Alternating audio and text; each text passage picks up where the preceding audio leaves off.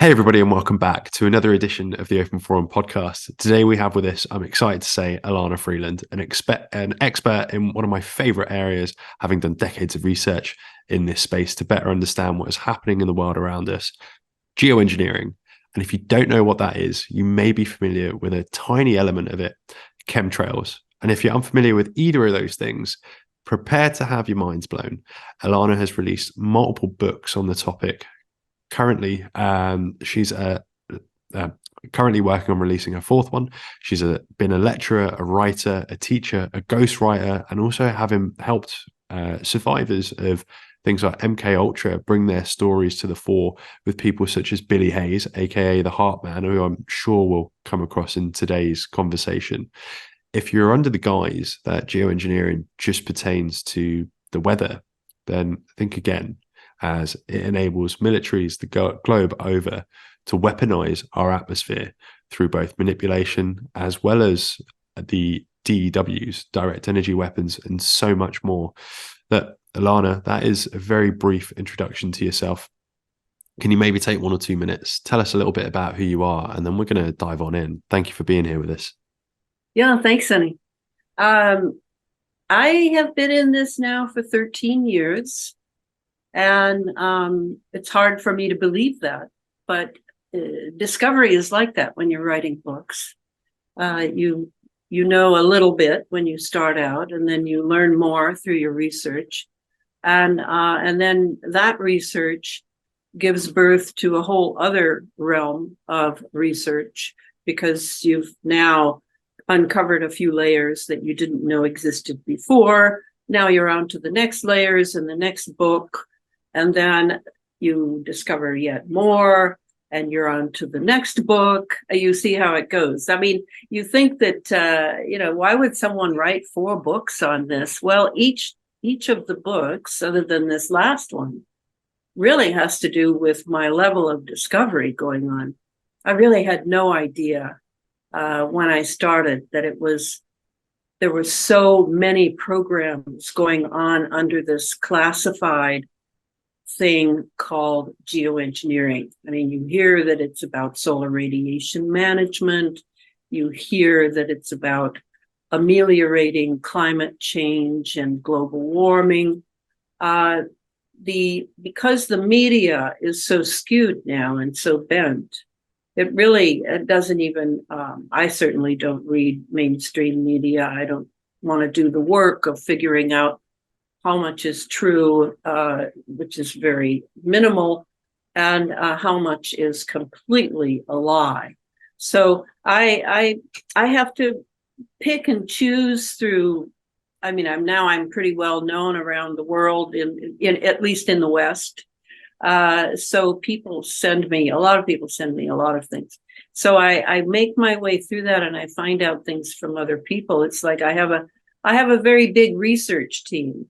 Yeah. And we're all researching a classified project that you'd be surprised how much of that classified project is revealed in a variety of places on the internet. But you have to have the discernment to know the difference between the lie and the shade of gray, and what papers mean what and what patents mean what.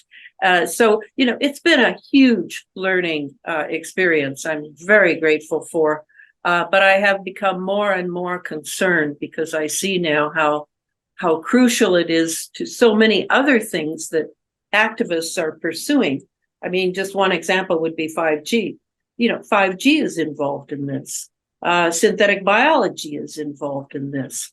Surveillance is involved in this. Mind control is involved in this. I mean, it's far, far beyond just controlling weather, which, by the way, is absolutely controlled now. It is all run by AI. And like this latest storm in Istanbul, I was just looking at, that is definitely a geoengineered storm, no question in my mind. So, Well, there I'd was like the to, earthquakes that happened in Istanbul earlier this year, wasn't there? The earthquakes that just yes, happened to coincide with the yes, moment when Turkey was supposed to be hosting Russia and Ukraine to be having peace talks. Suddenly, we have earthquakes with multiple epicenters in a way that hadn't been seen before. An amazing graphic about that I'll see if I can try and find and add back into this afterwards. But no, absolutely. I mean, we can go back to the Vietnam War with Operation Popeye, where the US were utilizing cloud seeding in order to prolong the monsoon season in Vietnam, in both North and South Vietnam. This goes back decades. And yeah, like you said, so much of this is in the open. Many people will outright say, geoengineering, cloud seeding, weather manipulation, it's all rubbish, it's all bunk. But here we have genuine documentation from the US government, no less, talking about operations that they did back in the Vietnam War. So that's what, the 60s to early 70s. If they had that technology then, if people think for 1 second they're not going to progress and use that further, Lyndon B. Johnson in 1962, as vice president, gave a speech where he said, we have weather satellites that are capable of controlling the cloud layer, and he who controls the weather, or which is then capable in turn of controlling the weather, and he who controls the weather controls the world. It lays the predicate and the foundation for the development of a weather satellite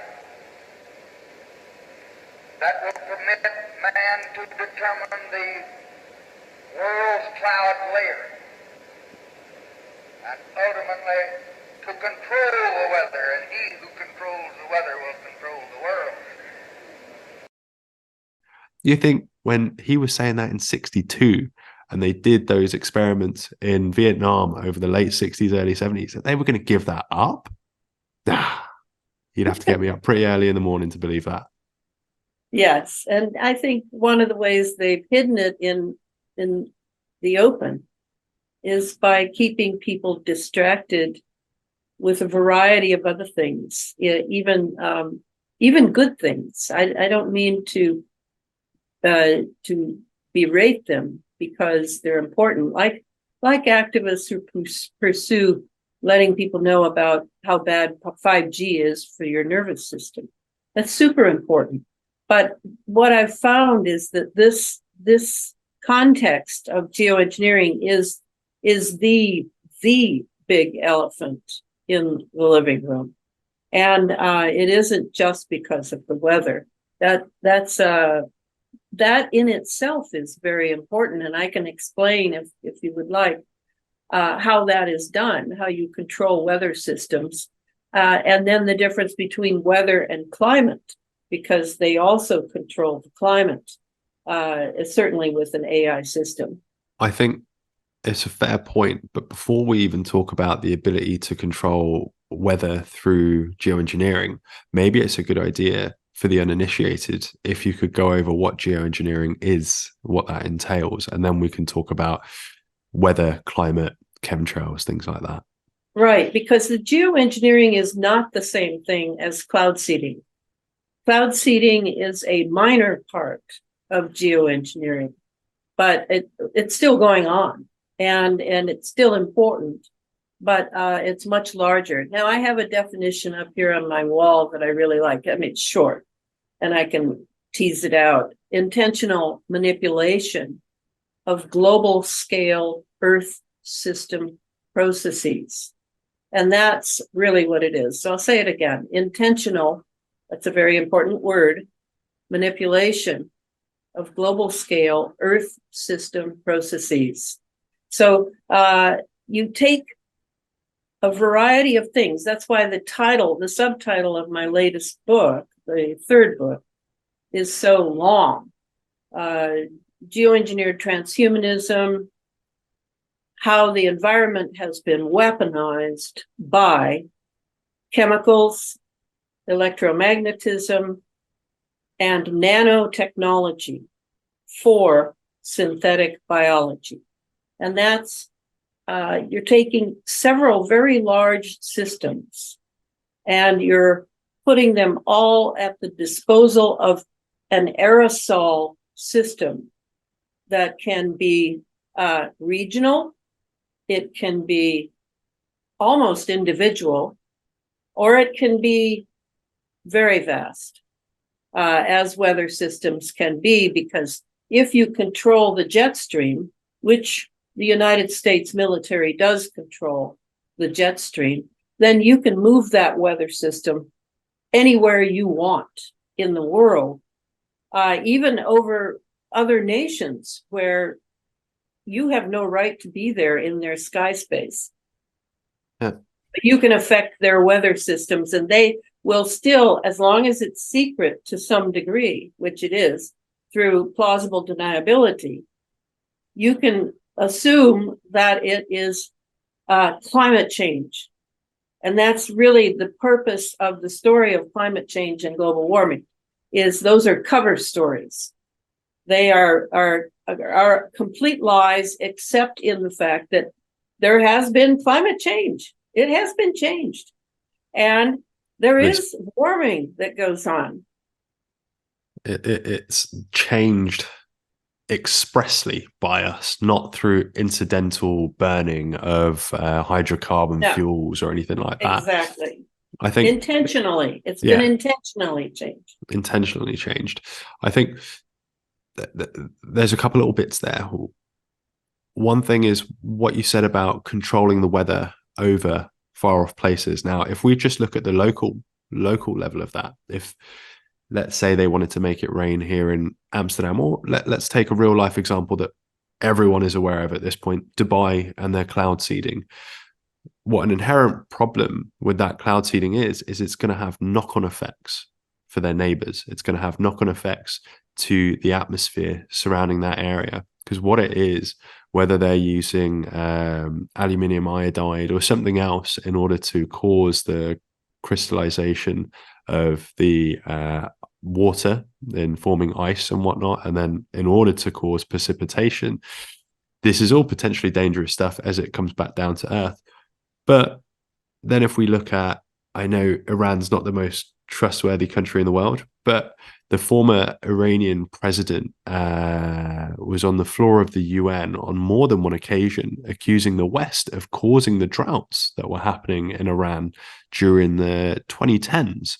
And you also had General Wesley Clark, who came out and said there's going to be 7 countries in 5 years that the US is going to invade.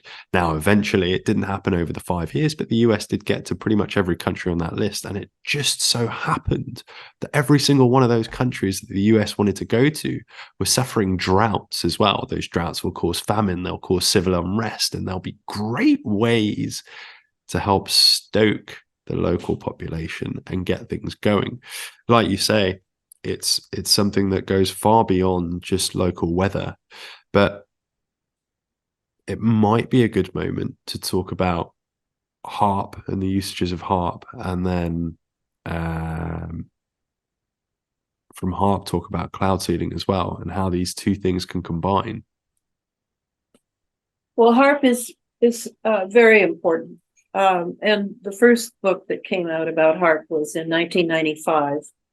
Angels Don't Play This HAARP, with the acronym HAARP for the High Frequency Active Auroral Research Project up in Gakona, Alaska. Now, this is an ionospheric heater. The ionospheric heater has been around longer than HAARP. HAARP was pretty much finished by the late 90s.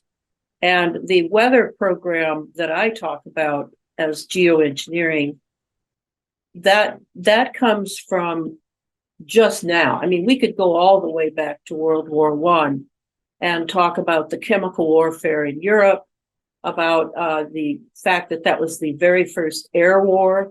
And so you had all this combustion debris coming out of the planes. So the air, that it was an air war and not a ground war and not a sea war, because of course, before the ground wars, we had the sea wars of when Britain was #1 in the world. So you always have some sort of element in the natural earth that you have to deal with in your warfare.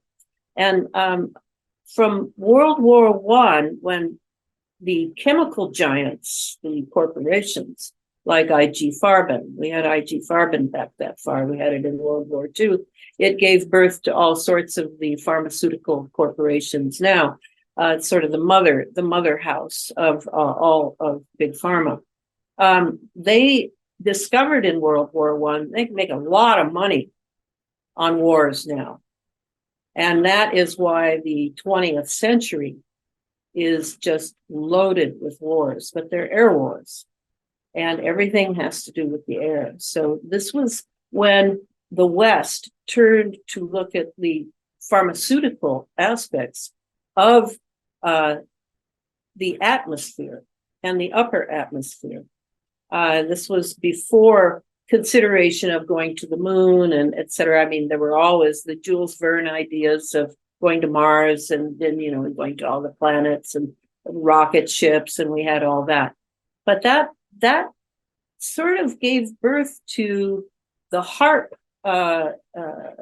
ionospheric heater, because they realized early that they did not have control of the atmosphere. And we had a program back in the Reagan, Bush, George H.W. Bush, Dick Cheney, 80s here in the United States. It was very aggressive, very warlike. All these guys were into war. It was the SDI program, Strategic Defense Initiative, and they sold it as a way to defend against incoming missiles. But that's not what it was really about. It was really about kind of the space program, the secret space program that actually began back in, I would say, in the late 30s during the European War. And we had, I know we brought Werner von Braun, the SS card-carrying Nazi astrophysicist. Operation Paperclip. Yeah. Yeah, well, before Paperclip. We brought him over in 1937 to start planning the secret space program from America. So they already knew that they were going to bring the Paperclip Nazis over here when they sold it as the war having been lost by the Nazis, which I do not believe they did lose the war. They actually just transferred over here. And all their records were washed, and they were given carte blanche in all our missile bases, our universities, our hospitals, everything. And they began, as we know, MK Ultra, which is, was an incredibly sophisticated mind control program of 149 sub-projects. And yet they also began the secret space program that Catherine Austin Fitts, who is a financial advisor. She was also in George Bush's cabinet, right? If I remember. Yes, she was. She was deputy secretary of HUD, the Housing and Urban Development. Yeah. And she, while she was there, being a very honest person, I know her a bit, she actually blew the whistle on some criminal activity going on in the Bush administration. There was certainly a lot of criminal activity going on in that administration. And she paid heavily for that. I think her house was burned down. Her money was assaulted. And so she learned quite early that this is what happens when you speak out. Yeah. Yes, this is what happens. And so subsequently, she and a lawyer friend of hers named Mark Skidmore went through the documentation behind the missing $21 trillion from the American budget. I mean, that's quite a handful. And discovered that it probably had been consumed by the secret space program. And so I always like to make it clear to people that my way of looking at the geoengineering, is that it is part and parcel of the secret space program. And that's a secret space program. It's still going on. I think we've gone a way further off field just yet, though. Let's come back to HAARP itself. How is it that HAARP is used as part of this? Well, HAARP is essential. It's essential because they didn't, as I said, they did not have control even over the atmosphere. No. The upper or the lower. So how does HAARP give them that? HAARP comes in and it has an ability to magnify its power because it's up there in the natural gas fields of Alaska. So it's unlimited natural gas. And what they did is they built HAARP, and this is where Billy Hayes comes in. Billy Hayes is known as the HAARP man. Why? Because he was one of the people, he was an MK Ultra survivor. He had been raised and owned by the CIA since he was a child. They ran his education. They programmed him with electromagnetics and all the things they would need for a team leader to be able to lead teams to 240 military bases around the world and build things like HAARP, build these transformers, these transmitters, so that they would be completely phased array antennas. And the beauty of the phased array antenna, and if you own a cell phone, which I don't, I refuse to own one because it's a weapon system. Inside the cell phone is a phased array antenna system.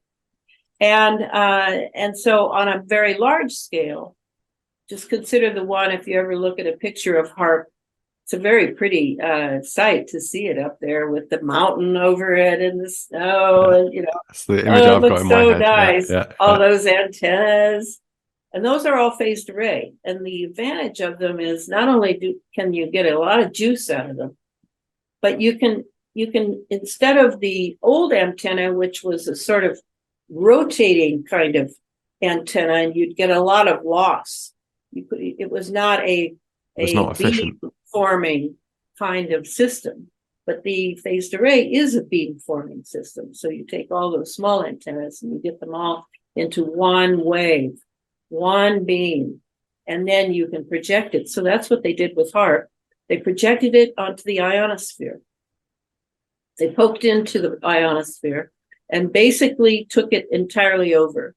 And so I can honestly say, and there's a video that takes place in the Alaska Senate, in which the Air Force is there to tell the senators gathered there that, yes, we do control the ionosphere. And that was the whole purpose of HAARP. It was not submarine communication, as was the cover story for that project.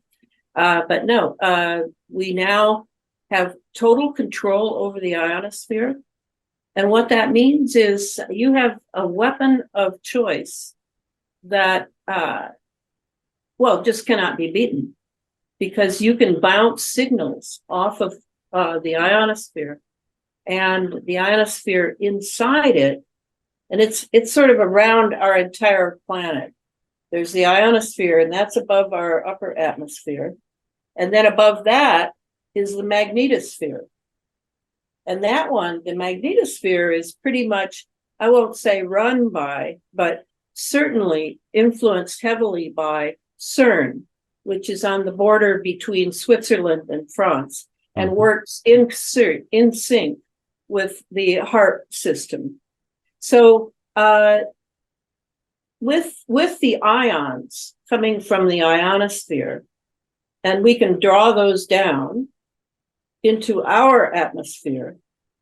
And now we have something. But for the ionizing of the atmosphere, you can't have just air. You've got to have the air pregnant with particulates.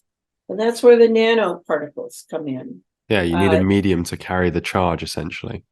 You do. You need a medium. Exactly. And so we have the jets flying, and we have the drones and the rocket launches as well, the sounding rockets. You get a lot of debris, but it's primarily on a nano scale. So a nano is 1/1000th of a meter, very tiny, but you have trillions and trillions and trillions of them. And so the air gets, our air that we're breathing, and we've depended on for millions of years, is now loaded with this stuff. So they take advantage. It's not just for dosing, it's a military term, dosing the atmosphere and keeping it, as you said, so that it can transfer these, all the ionization, keep it all intact so that we can have wireless transmissions.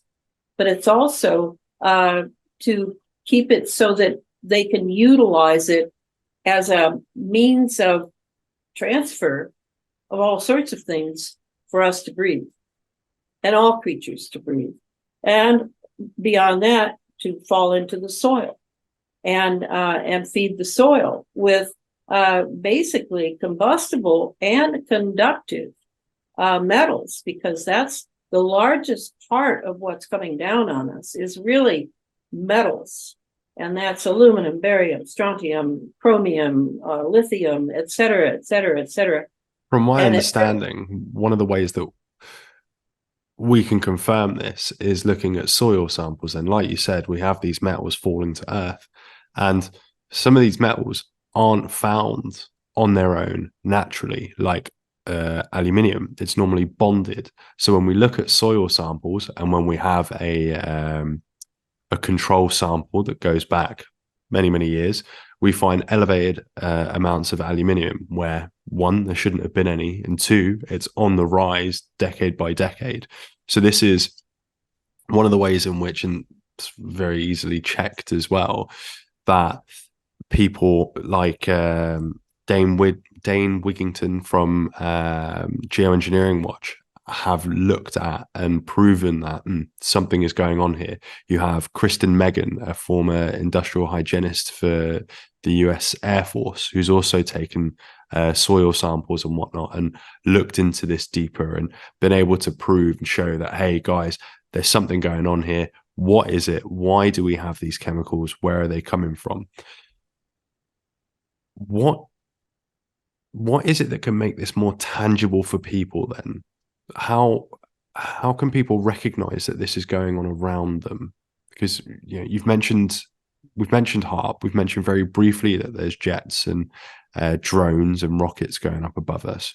What is it that can make it more tangible to the everyday person who's still not yet able to comprehend what's happening? You don't want me to talk about the weapon that HAARP is? You want me to? We'll get to the weapon bit. Yeah, we'll get to the weapon bit, but let's try and make it a bit more tangible, as I feel like it's still a bit nebulous for people. Well, it is nebulous unless you realize that you're breathing this air. And it's in our lungs. It's in our blood. It's in, it goes beyond the blood-brain barrier because it's all full of nano sized metals. Nanofibers as well have been discovered in the blood. Yeah. So to me, I don't know, this may sound too simplistic, but the health of the average American has gone down the tubes pretty much over the last 20 to 30 years. And part of that you can blame on junk food. And part of it you can blame on just the idea of pollution, which we've had since the 70s. They really sold us on the idea of pollution. And now, of course, we're told that it's, that we're breathing carbons, et cetera. And that's why we have, the carbon sequestering going on, blah, blah, blah. But it really, to me, it shows in the endless respiratory and nervous system problems. We have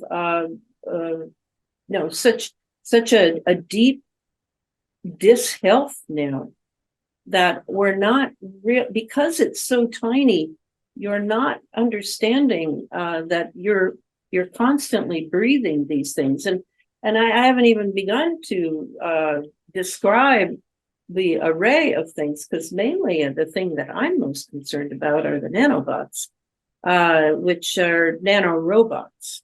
And they have tiny, tiny, tiny computers in them that are being communicated with. And your mind control, we don't need MK Ultra in the clinical or hospital setting anymore. It can all happen through a remote use of directed energy weapons to program our nanobots already in our bodies and in our brains remotely. And I find this to be, before the jab happened, I found this to be the most compelling part of the final objective of the HAARP system, was not just to, despoil the earth and all the natural systems with all this crap coming down. It really was, there was a method in the madness to completely take over the brain.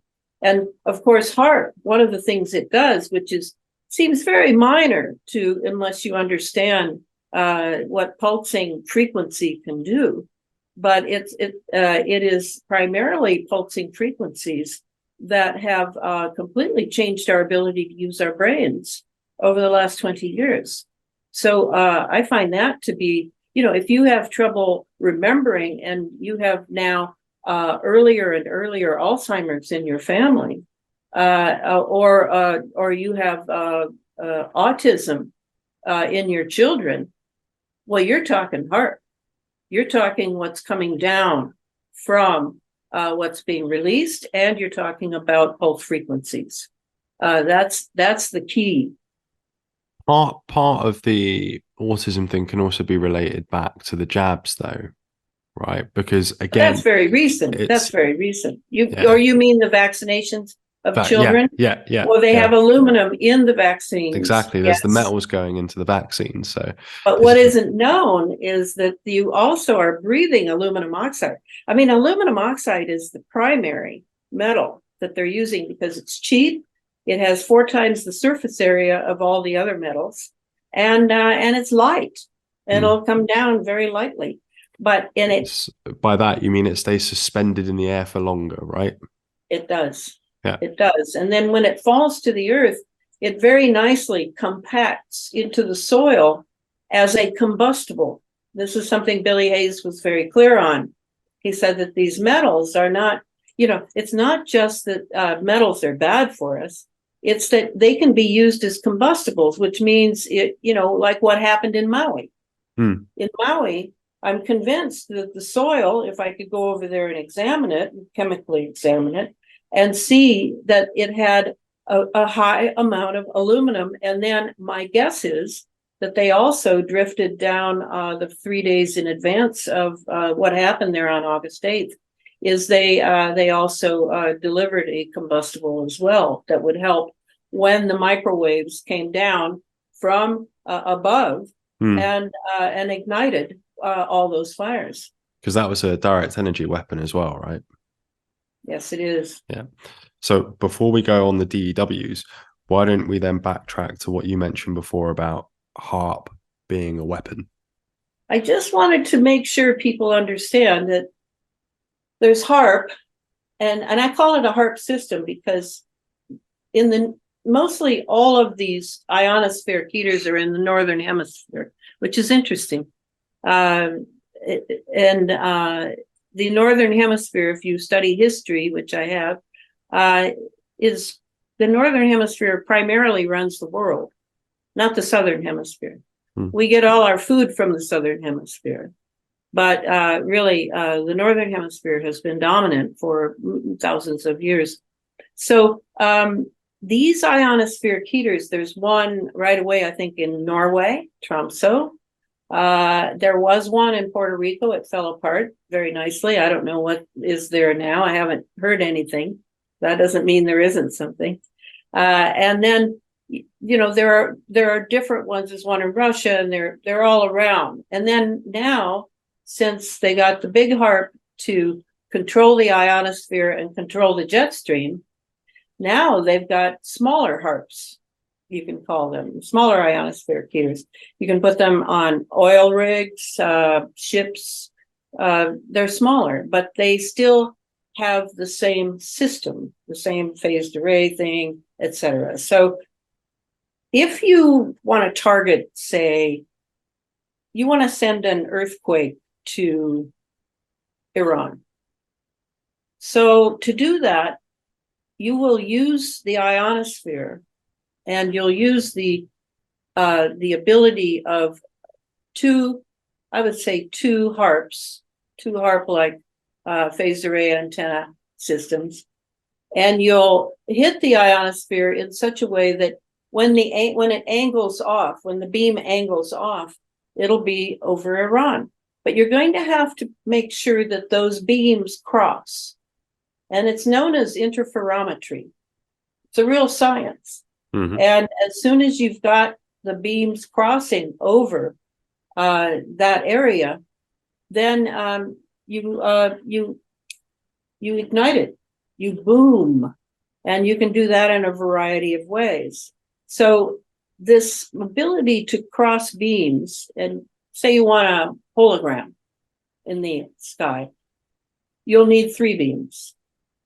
So this is a tremendous weapon, this HAARP system, on a variety of levels. If you see my meaning, we can talk about how it broadcasts these pulses and frequencies. We can talk about how it can even do an interferometry over an individual target. Say you want to take some leader out, you can use it for that. So it's very versatile and very powerful. It's also thought within certain circles that even the tsunami in Fukushima, and was it the Indonesian tsunami in the 2000s, were also potentially HAARP activated events, whereby, like you say, it's kind of like when you're playing pool and you're trying to bounce a ball off the cushions, right? That's what they're doing with the HAARP signals. They get 2 of those signals going, or more, depending on what the target is, what kind of effect they want to have. And then you can cause earthquakes underground, or you can cause the tsunamis, whatever you want. That's right. Now, with that being said, then, who in their right mind is doing this? And why are they doing this? I know we've briefly touched onto a little bit of the why with the transhumanism, and you've briefly touched on a little bit of the who. But can you maybe dig a little deeper on the who's and the whys of this? Because it sounds like quite scary technology. And, we've outlined the fact that it's been used before for warfare. And we've outlined the fact that it has clear applications for things that, although haven't been admitted, for me, for all intents and purposes, the fire in Maui certainly looks like it. The fact that, okay, it's a bit chilly tonight, but if I was to walk outside and shine my flashlight up in the air, there's all this almost dust-like particulate matter in the air. Smart dust, yeah. Mm-hmm. Yeah. So who is doing this and why? Well, I think it's obvious that it's power. And as far as who runs it, I've studied it now for 13 years, and I'd have to say that certainly NASA and NOAA are just handmaidens, as is the NOAA. Mm-hmm. I don't know what the acronym stands for, or I don't have it memorized. NOAA. It works hand in glove with NASA. So they're involved, but they're just handmaidens. They serve it. So who makes the decisions? I would say it's the elite that we're now at war with, regarding the elites that run the World Health Organization, the elites who run the United Nations, the elites who have I don't mean even the Bill Gates level of elites. I mean elites that, did you know I was a student of Rudolf Steiner, by the way? Yes. Yeah. Okay. So I can dip into that for a moment. Occultists who very much have plans for the earth in general. And they're not interested in owning more money. They own far more money than we can imagine. They can take land. I mean, that's what's happening in Maui. It's one level of what's going on there is it's a land deal. And they're taking it back, just as they did in California with the fires there. But I think, generally speaking, the U.S. military is obeying this thrust that you can see now, because the Klaus Schwab group, the WTO, are not doing too well right now, in my opinion. I watch all this stuff carefully. The WEF, sorry, the World Economic Forum, those guys. WEF, yeah. WEF, yeah. All these W's, right? Yeah. They're not doing so well, so they're amping up the climate change agenda. Now, this storm in Istanbul that, is really looking, it's going to drown, I don't know how many, if the entire city may go. So this is the new warfare, the use of weather for warfare, because you can always claim it's an act of God. And so to me, to have power on that level, it's not just the United States. The United States is indeed where all of this is sort of fomented and set in motion. That's sort of what the United States is used for in this cabal, that overarching occult cabal that has agendas that you and I have never even read in the most mystical history books we can find.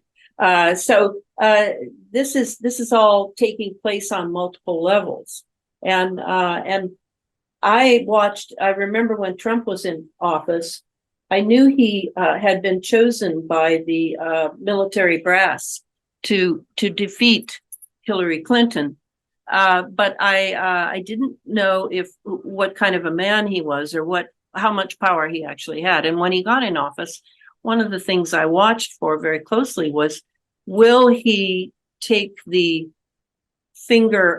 wrong finger on the button of geoengineering? Will he remove that finger? And then we could have geoengineering. Just imagine it as something maybe has some good things to do with it, not just war things. And that's always what I watch for is is there another power that can come in and overrule it and change the whatever, whoever these people are, because these people just have unlimited power. And so that's what I've decided. And do I have any proof? No, but I have some backup. There's a wonderful, let me just get this for you. While you're getting that, one of the things that you mentioned with the US almost being used by the cabal, one of the beautiful ways that I've heard this put is the UK is sort of the financial arm of this, the US is the military arm of it, and the Vatican is the cabal leader, spiritual aspect of it. Nothing to do with Christianity, but that deeper layer, that Satanism that's going on in the background, that kind of element of things there is what the Vatican is in charge of. So you've got these three different pillars, from my understanding. You've got things like Freemasonry that go into it. I think historically it was that, but I think it's a little different now. The Vatican is losing power. It definitely is losing power, but no, that'll do fine. Here in America, our entire country is run by Freemasons, as is Britain. And so, you have to deal with these secret societies that John Kennedy warned us of just a few months before he was killed. Well, this was printed in The Guardian in UK, and it was back in 2015. it was during that period when we were having all these meetings in New York for passing the carbon's way to get money from nations by guilt tripping them that they're responsible for the climate change, et cetera, right? So this is Matt Anderson, and he was at that time, well, he's former executive advisor, aerospace and defense of Booz Allen Hamilton out of Chicago. Now that was a very powerful defense contractor, right? This is the military industrial complex. Between them, and Raytheon and Lockheed Martin, that's the three now big ones, right?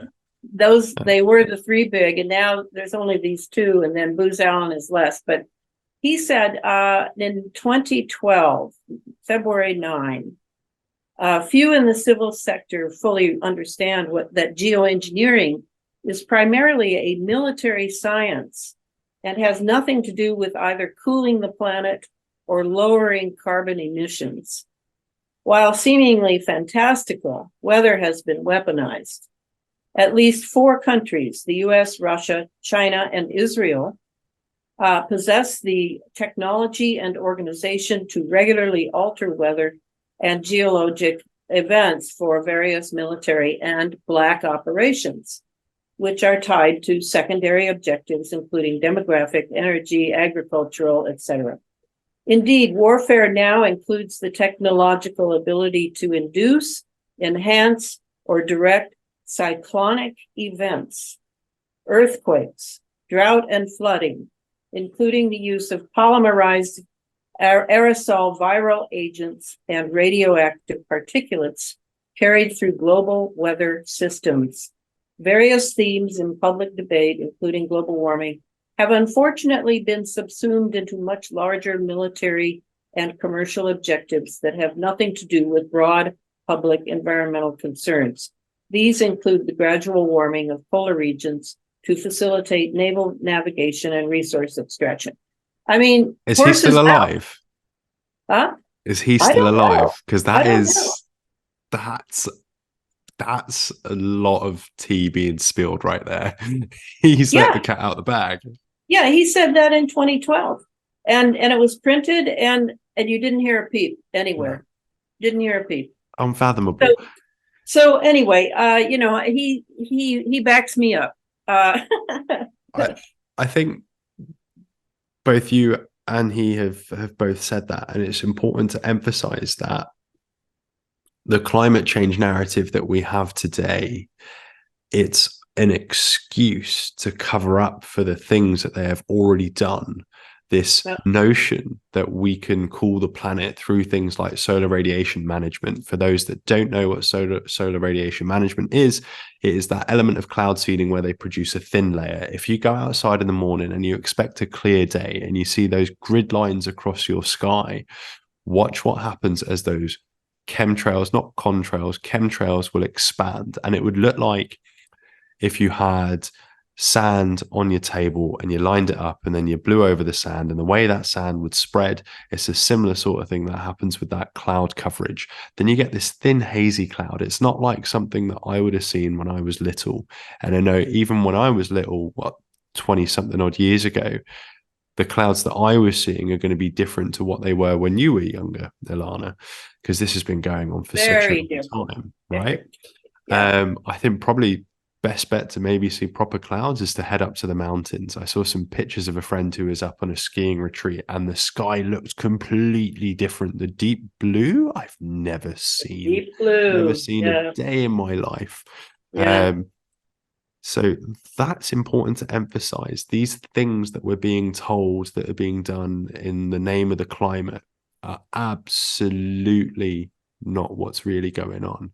They're lies. Yeah. They're absolute lies. And this idea that the climate is changing and the world is coming to an end, it's all controlled in the sense of someone up there is pushing buttons or letting the AI take over to make sure the right buttons are being pushed at the right time in order to create the illusion of catastrophe and disaster, so that the common man, the populace, goes along with the lies and the deceit, just like we've been conditioned to do in the last 3 years with the whole COVID malarkey. Sorry, Do continue. You were saying. Well, no, I'm ready to move on to the latest, which is the connection between geoengineering and the synthetic biology. I think it's important. See, there are 7 operations, and Clifford Carincom, the independent scientist that I've worked with and who now is completely Vindicated. Vindicated is the word. Thank you. That's the word I wanted. Because what he was saying for years, and I still remember when he would be putting everything up in papers on his site, and he'd be out there collecting detritus from the jets passing over northern New Mexico through the, at that point, still really beautiful azure blue sky, really, really deep blue sky.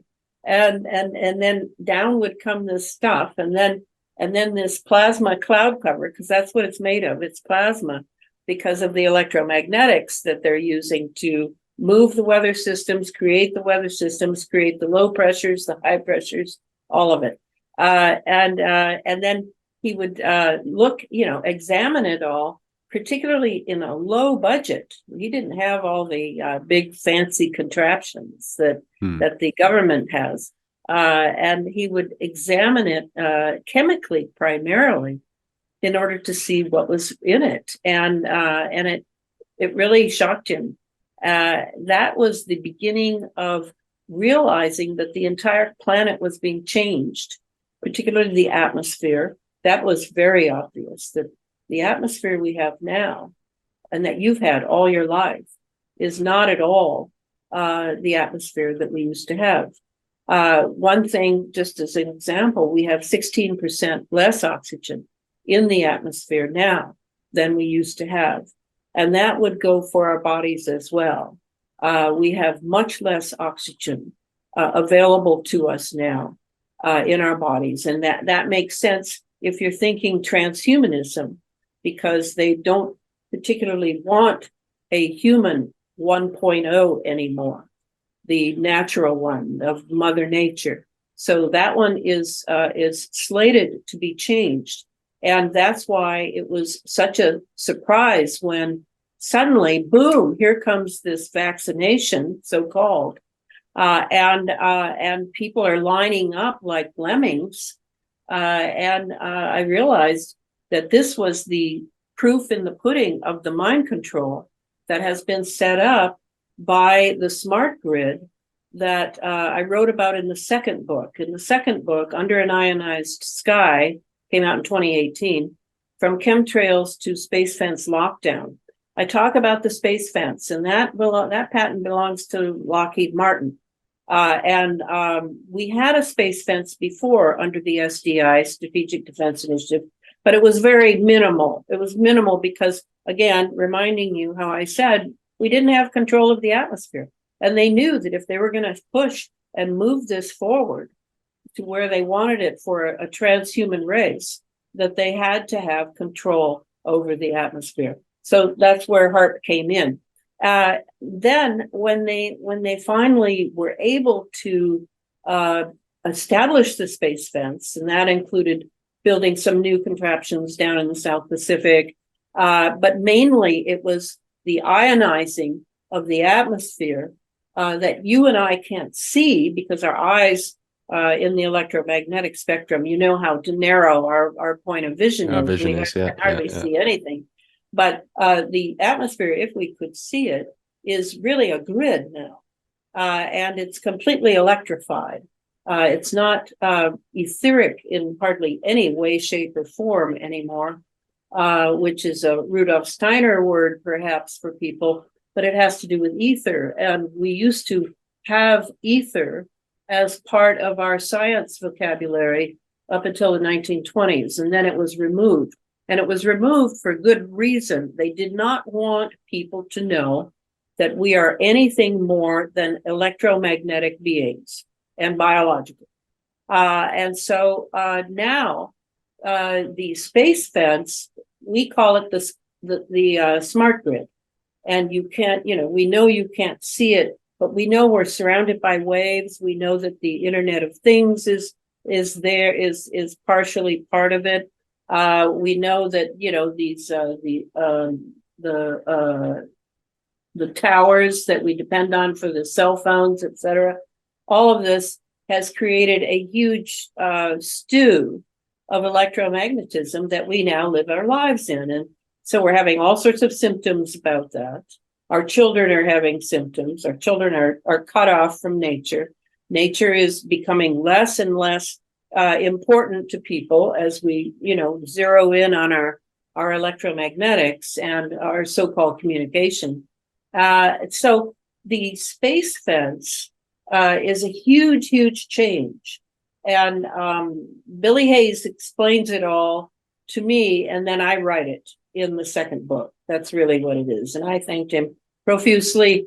I could not have done it without him because he understood all that technology, because he was programmed in it by the MK Ultra doctors. So that's important to understand what's happening with the nanotechnology now that we have breathed in from the air. That's all this stuff is being dropped on us thanks to big pharma's agreements with the medical industry, with the certain parts of the military, intelligence agents, etc. It's all, as Matt Anderson says, it's all a big military thing, and they're doing it all in front of us, but we can't see it. We can't recognize anything because none of their scientists are talking about it, because they've all signed NDAs, non-disclosure agreements, and or they've been threatened. Their careers have been threatened, their families have been threatened, etc. So this is why I call it the big elephant in the living room.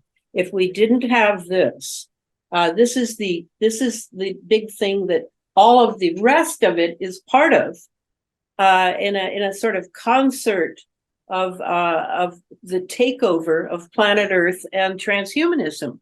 I mean, it's not just another thing Elana is giving us to worry about. No, it's not another thing. It's the thing. It's the thing. It's the thing in the middle of the spider's web that connects everything else that's been happening. That they never mention. If for those listening who might be unfamiliar with some of these concepts, so the transhumanism being the big one there in what you just said, if anyone reads Yuval Noah Harari's latest book, I think it is, he specifically talks about transhumanism and the evolution of man, and how he wants there to be Sapiens 4.0, essentially, where technology is directly implemented within us. You've got Sapiens 2.0 and 3.0, where we're looking at people who have limbs, for example, and then 4.0, so cyborg arm or something like that. And then you have 4.0, where it's essentially what Elon Musk is working on with, I forget the name of the chip that he's working on for the brain, but essentially he's doing the neural mesh. That's it. But the neural mesh, the neural mesh is a done deal. He's not working on it. Forget it. It's already a done deal. Yeah. It's in all of us. It's in all of us, because the hydrogel that is in the vax. Yep. Yes, the people who've been vaxxed have much more than we do. They have the graphene oxide, they have the hydrogel, they have all the quantum dots in them. But we who are unvaccinated, and I am unvaccinated, are experiencing the same thing. I mean, this is the real shedding. And it's not happening from a virus infection. No, it's not about virus at all. It's about the electromagnetics. All those people are on a leash. All those people who constitute the first generation of transhumanism. That's who they are. Now, maybe not all of them, because not all the batches of serum were the same. They all had different connections. Different end goals for each one. The transhumans have all those things in them. And I, being in the world that is all electromagnetic now, and I'm surrounded by it, even though I ameliorate it in my own living situation. I own next to nothing that's electromagnetic other than my computer. So this we are subject to it as well because it travels by the air. It's coming down from the sky. It's being delivered to us by Big Pharma. So we're being sandwiched between the inoculation and what's coming down from the aerosols. And this is why they're now putting all of it in the food, all the foods that the live blood analysis group I'm a member of, where they're looking through their very high sophisticated microscopes at what is in live human blood and dried human blood. And then they're branching off now to see what's in some of the medicinals that people are taking from their doctors, what's in the anesthetics used at the dentist, what's in the insulin of diabetics. It's all impregnated by the same things in the CV19 inoculation serum. You get my picture here. This is a takeover of synthetic biology, using synthetic biology to turn us into semi-cyborgs, total cyborgs, whatever you want to call it, but it is the beginning, the advent of transhumanism, one way or another.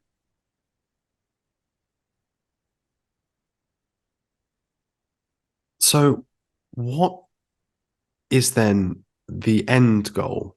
We've mentioned the essential terraforming of the planet in order to enable the usage of the electromagnetic spectrum to the nth degree that's wanted to develop this control element. You've also said that these guys don't want money. It's not money that they're after. They already control everything anyway. They don't need to have a few extra dollars in their account. So what is the goal once the transhumanism transfer is complete? It has to do with the fact that they've turned everyone in my nation, and I've lived in England, so I know what England is like. And England, it turned all of the West into materialists, right? Yep. We're all materialists. Consumer capitalism. Now I have an inner life through my studies in Rudolf Steiner.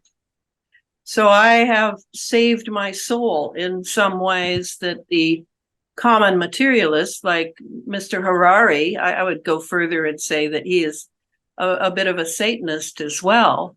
But when he says that now we're going to have surveillance under the skin, I thank him for saying it boldly and with no apology and not needing to explain anything, because he's right. That's exactly what I'm talking about. We have breathed in.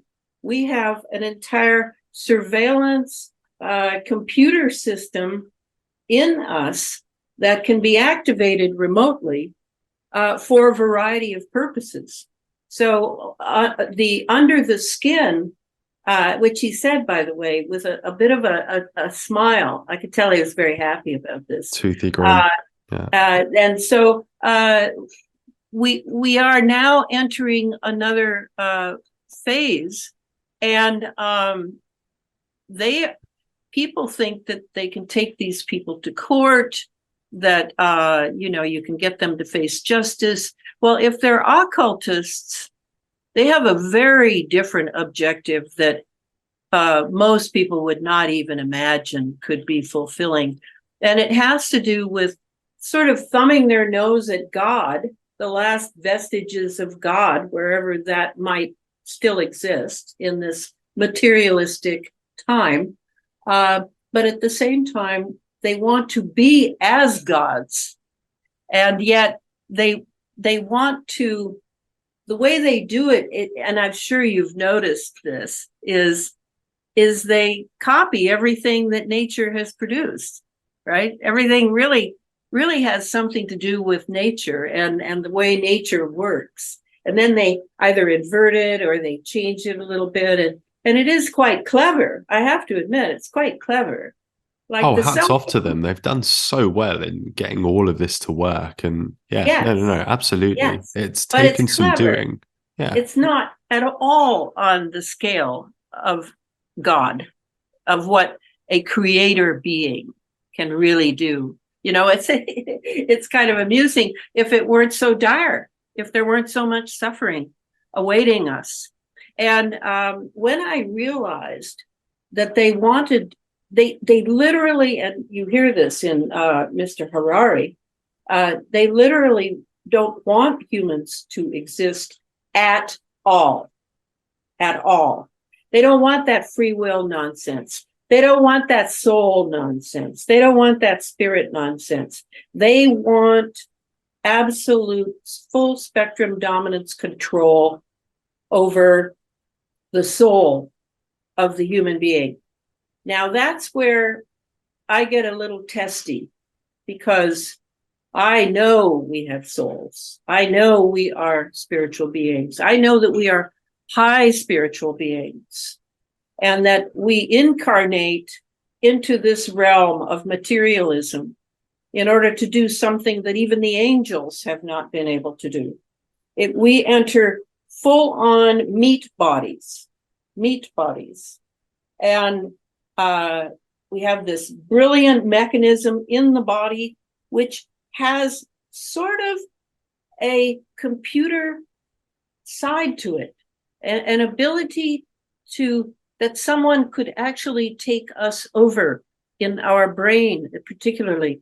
So, we are vulnerable. We are very vulnerable. That's why we've created systems of law, is in order to take the burden off of us so that we can develop the true free will of the human soul. And we have an evolutionary path, according to Rudolf Steiner. And that evolutionary path has many, many helpers from the spiritual world. From the side of reality, I might add, that our masters in the West have removed from us as being at all important to true science, which is nonsense. All the scientists of the past, and Newton may have been the very last of a certain breed, all of them had a spiritual life, all of them. And then they were scientists. They were very clear. Now everything's mishmash, everything's a mess, and people don't know what they are anymore. So you ask what they could possibly gain other than power, which is quite an aphrodisiac for many low caste souls. But there is that which would be where they could actually take the work of God, the most beautiful human soul and human being in a body that meets the needs of this planet of dualism. They could take that and turn it gradually over time, take the veins, or take the nerves in the nervous system and make them graphene oxide. That's the key. That's what they're doing. That's why it was in the inoculation. That's why it's coming down on us from space. The graphene oxide is essential to that. To desecrate the human body. Well, not to desecrate, to take the place of the nerves. We will not have the nerves that we have now if they have their way. We will have very much cybernetic nerves. So, okay. There's a lot that we've covered there, from right there at the end with the cybernetic nerves, going back to the original steps of the transhumanism. Is there anything there then that people can latch onto or people can see? So are there patents for any of this stuff, whether elements of the transhumanism that people could potentially look up and see, hey, wait, okay, there are chips here, or there are bits and bobs here that are supposed to be, it's not self-replicating, self-assembling. Well, self-replicating and self-assembling. Yeah. No, that's the point of the books. I mean, I can't go around with memorized patent numbers, but there are patents out there. There is tech out there. There are hundreds. They have been prepping for this for many years. And the thing is, the normal person, the person who is paying a mortgage, going to a job 8-9 hours a day, has children to raise, etc. What kind of time do they have to do real research, to go deeply into these things in order to see how they work? I mean, It's very difficult. I have a lot of compassion for people because now I'm retired. I was not able to give my entire life to the writing until I had raised my children. I had to wait until I could really plunge in. And now I'm just, I'm a big happy camper because I can devote all my time to this. So I try to lay things out for people so that they can see the most important things. And that's what the books are for. They're for references. They're not just to sit, in a cozy corner and read. You can look things up. You can use the index. You can, that sort of thing. That's why I have them, and that's why I wanted to speak to you, because they are amazing books. And this is why I was more specific with the question of the patents and stuff, because again, we talk about it because one, I've read your books, two, much like yourself, I've also dived into this. So we have that base understanding. But there are going to be people that are listening to this that are going to say, these two have lost the plot. They've gone to the land of the fairies. They're talking about transhumanism. What kind of nonsense is this? But the tech exists. It's out there. And okay, a fair argument to that could be that just because there's a patent doesn't necessarily mean that there is a viable product out there. Fair. I will accept that argument. But then I will say, okay, you're right. There is a patent out there. There's no it's not necessary that the patent is in use. However, all of the building blocks to said patent are out there. Yeah. There is a very small gap to jump for that. It is not a leap of faith. It's a step over a crack to put two and two together for me. Right. And I would have to, at this point, since you've reminded me, it's very important for people to hear me say that the most dangerous invention, I think, to date, if I were to weigh all the things I know, is nanotechnology. It is the most dangerous, because if I am right, and all these papers that I've read, and we are loaded with this nanotechnology. I know for a fact that one of the things we're loaded with is nanosensors. Nanosensors are released generally in the stratosphere, the upper atmosphere. And then they by the trillions, by the way, released to pick up data, take it in, transmit it to maybe the data center in Utah or wherever it is, to get that down to some data crunching supercomputer or even quantum computer. But we also breathe in a lot of these nanosensors, and they are taking our biometrics, and they're taking our blood pressure, and they're taking all these, and that's all being transmitted. And that's where the ability to, that we're all sort of one in this, the inoculated and the non-inoculated, is that we are in this big data crunching nanosensor world now. I understand it's throughout the smart cities. It's in the sidewalks. It's in the walls. It's in everything. It's everywhere. It's found. I mean, I'm sure they're in the uterus. They're in everything. None of this was tested before it was released. This was released.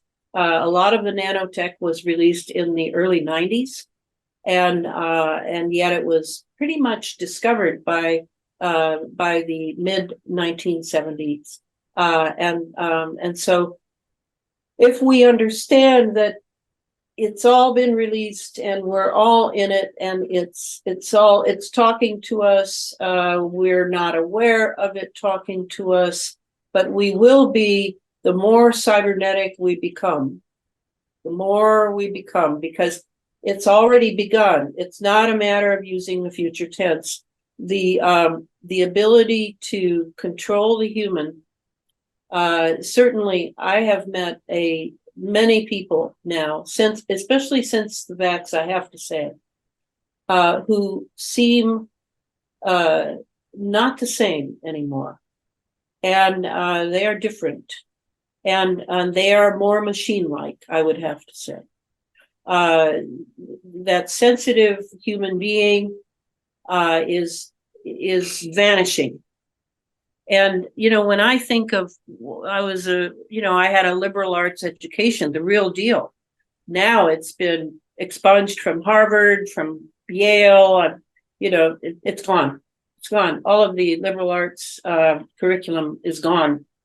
It made me more sensitive. Yeah, it was European. Yeah, it was the white man. But it was something that sensitized my soul. And there was the poetry. This weekend I was able to read some poetry just to take the time, because I don't really allow myself much time reading other things than science. But I just love to be in that world. I love that world. And I know, a lot of people would criticize it. Certainly Marxists would criticize it. But that part of the human soul that is sensitive seems to be being stamped out.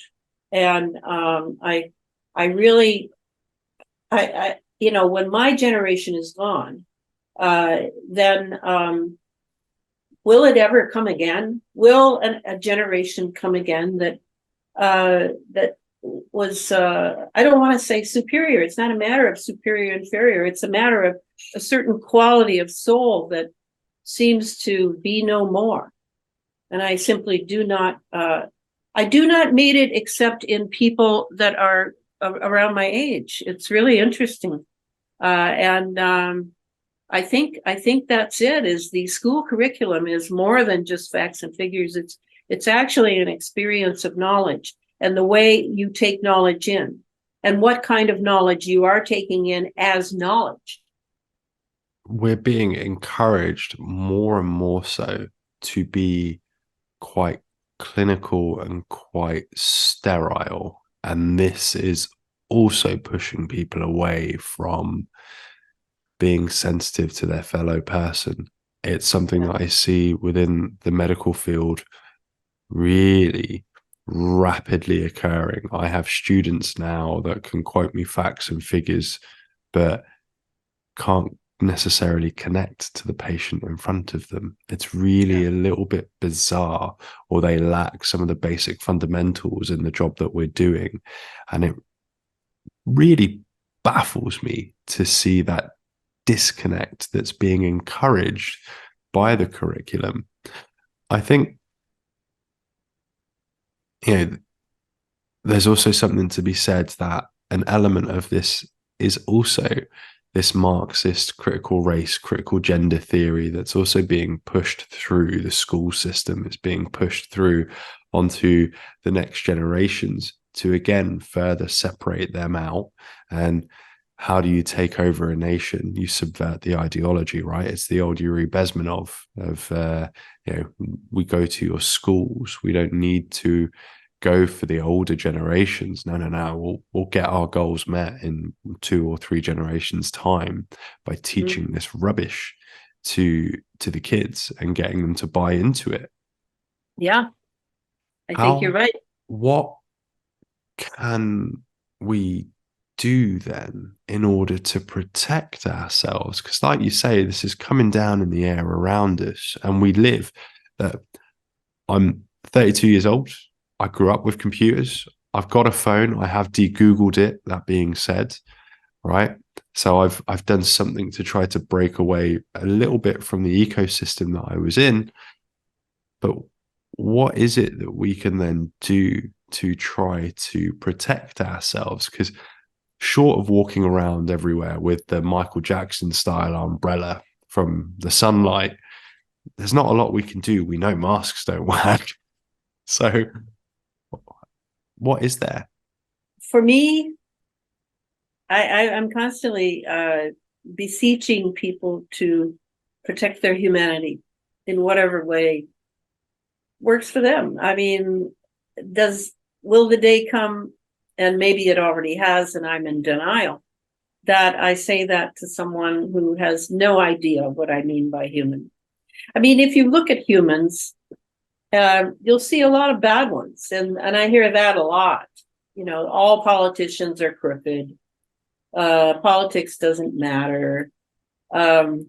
So people have withdrawn from leadership, from questioning, from coming forward with what they have to say. For me, if I think of Christ definitely as a human being, Jesus Christ, and you see how he conducted himself. I see. I met John Kennedy when I was 16 in the Rose Garden because I was at Girls Nation, and Bill Clinton was there, but I didn't know him, but he referred to it often. And Kennedy at one point mentioned in passing that I looked like his wife, and I did look a lot like Jacqueline Kennedy at that time, with my wide jaw. And it was a huge experience. I had the feeling, an overwhelming feeling, but I didn't value it at that point at 16, that I had somehow known him before. He was familiar to me.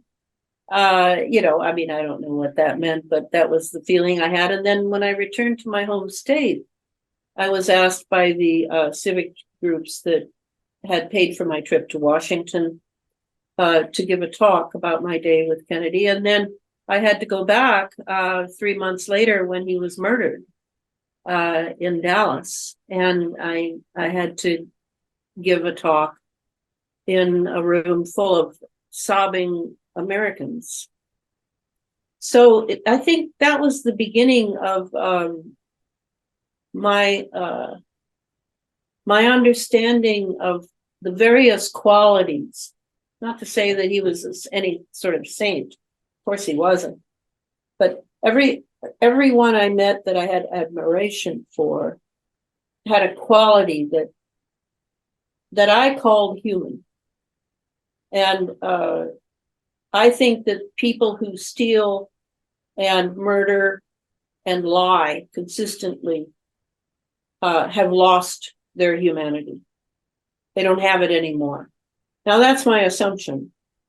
No one gave me some sort of certificate when I was born that said, you know, this is what a human being is, this is what a human being is not. I learned all that through my own experience. Yeah. It's essentially that, right? You know, if you're only worrying about yourself or you're trying to keep yourself separate, you're never going to be appreciated in that way. You're not going to be a good human being. Being a good human being is something that's a step further, doing more for the society around you, not just for your individual self. From inside. And I think there are times when you're going to have to stand in the public and you're going to be despised. I certainly have been. And it was not a matter of the quality of my integrity. It was a matter of the group mind being opposed. Groupthink. To what I stood for in that one situation.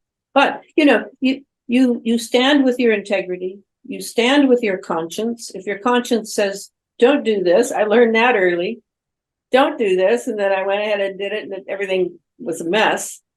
So that sort of thing, that remaining human, that's one thing we can do. Okay, now let's get very pragmatic. Look at your living situation. What is your electromagnetic footprint? Do you own a lot of toys that are electromagnetic? Do you have, for example, an Alexa answering all your phone calls, listening to all your conversations, making all your decisions to somebody somewhere who's recording all that and putting it on some computer somewhere? You know, that idea of your relationship with electromagnetics, to minimize it to the degree you can. Now, I don't own a cell phone, and I don't own a television.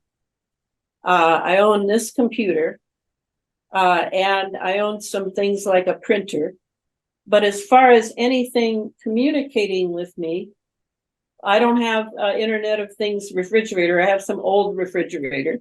So that's, make sure that your bedroom in particular has no electromagnetics in it. I mean, none, not even a clock radio. And certainly not a TV by which you can lie in bed and watch the telly or a video at night on your way to sleep. No, none of that in your bedroom. Why am I telling you this? Because I know how they're working at night to learn things about the human being. They're engineering people's dreams, my friends. They're in your bedroom. So pull all that stuff out. We're talking about a human life here. If you want a machine life, load up. Go ahead. Just give yourself to the technology and forget the human thing.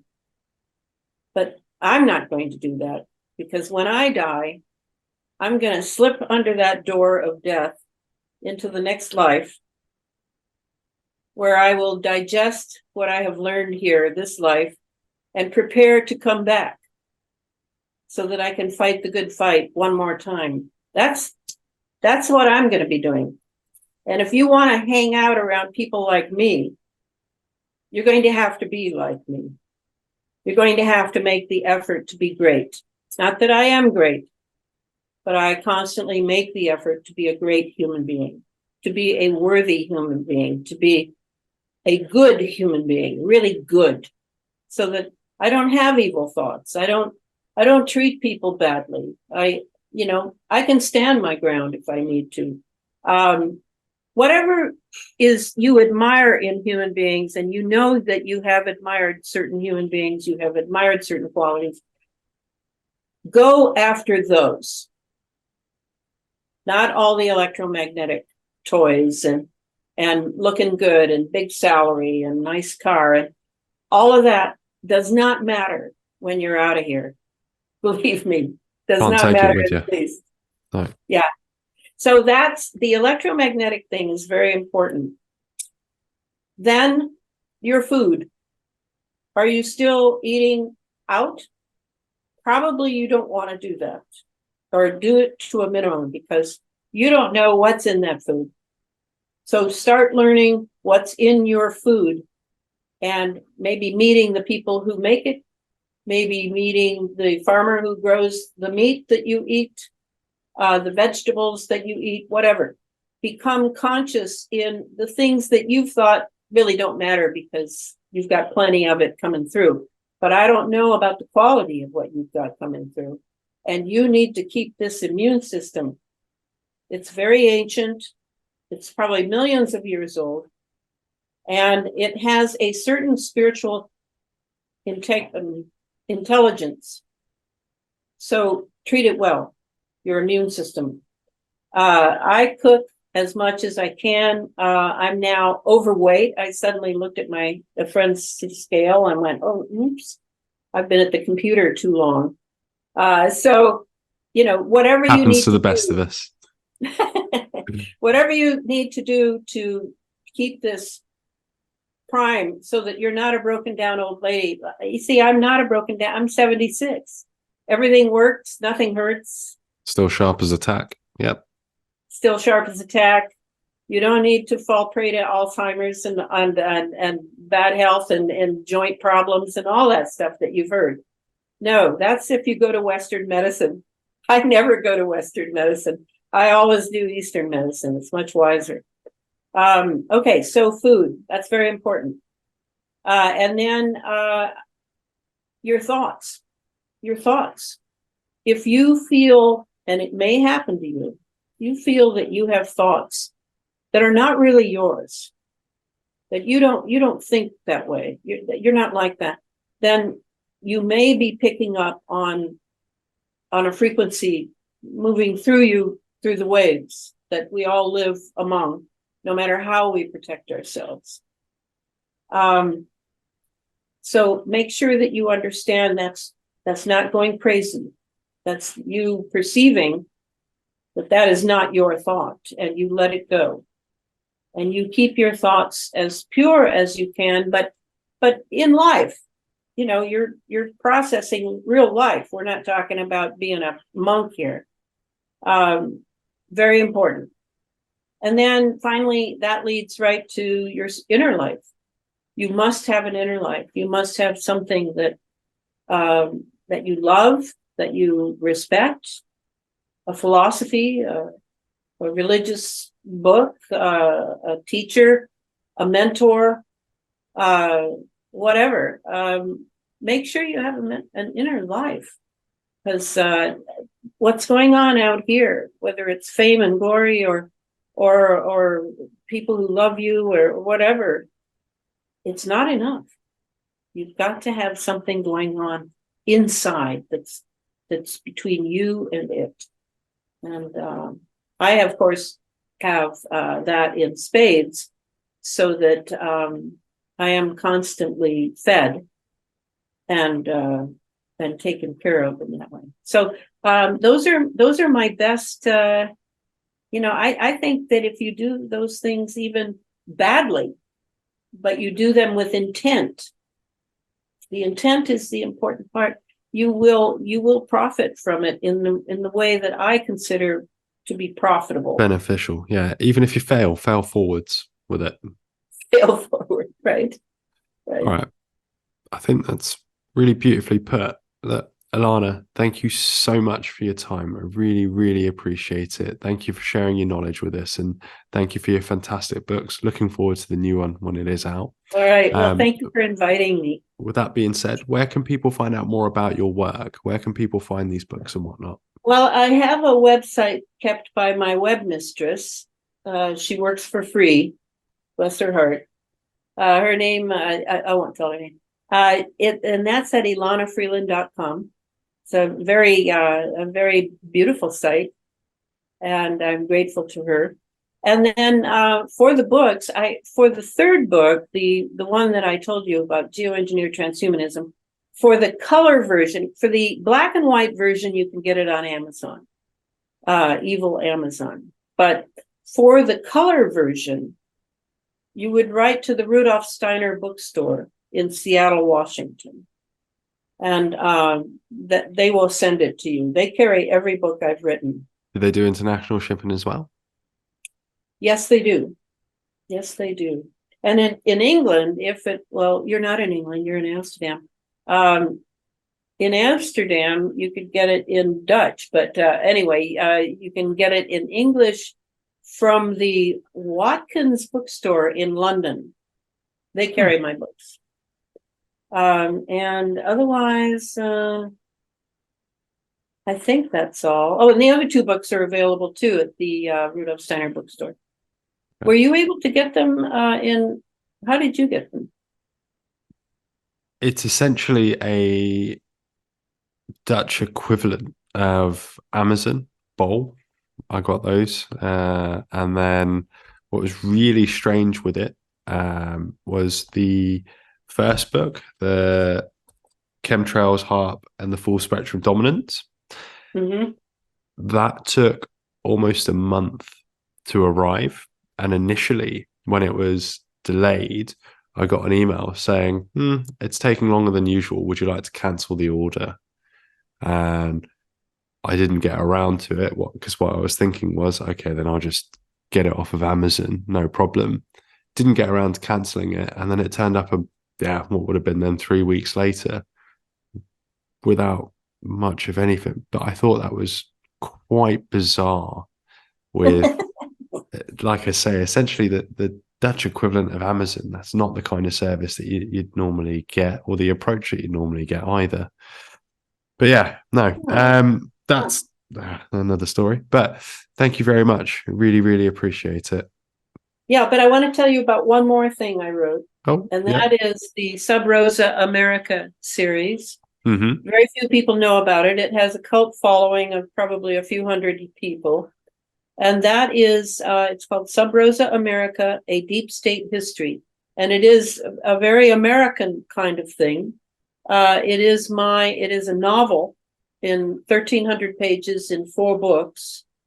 And it is about what has happened to America since John Kennedy's assassination. And it's quite wonderful writing. If I say so myself, I would say it is really it's the best thing I've written in a sense. But it's not about geoengineering, though it has geoengineering in it. There you go. Always important. All right. All right. Blessings. Thank you so much.